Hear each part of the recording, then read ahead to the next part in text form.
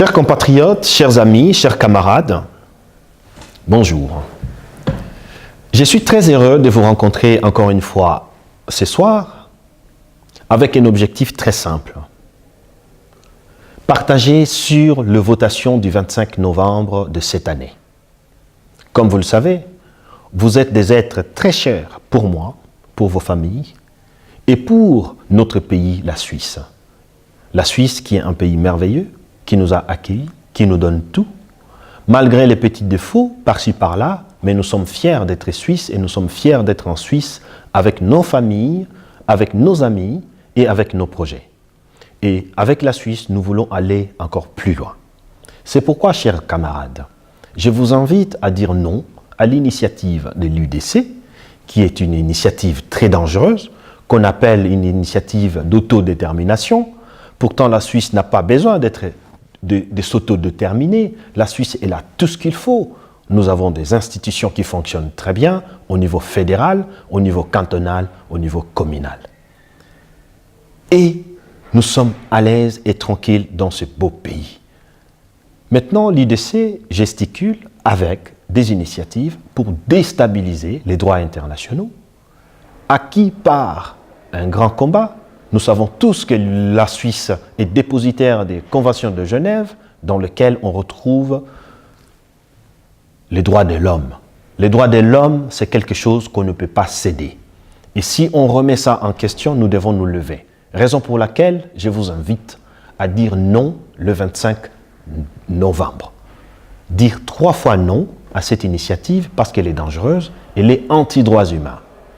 Et il ne faut pas oublier, nous sommes dans la ligne de mire de l'UDC, les étrangers. Et encore, les Africains. Vous devez faire attention, vous qui avez les droits de vote, venez nombreux et votez le 25 novembre pour dire non à cette initiative qui remet en cause les droits fondamentaux et ce qu'on appelle les droits de l'homme. Il ne faut pas vous négliger, vous devez être fiers de vous. Si vous ne le savez pas, aujourd'hui vous devez le savoir. 46% des résidents en Suisse ont un parent d'origine étrangère. 46%. Dans les votations passées, 43% des résidents suisses, c'est-à-dire naturalisés, avaient participé au vote contre l'immigration de masse.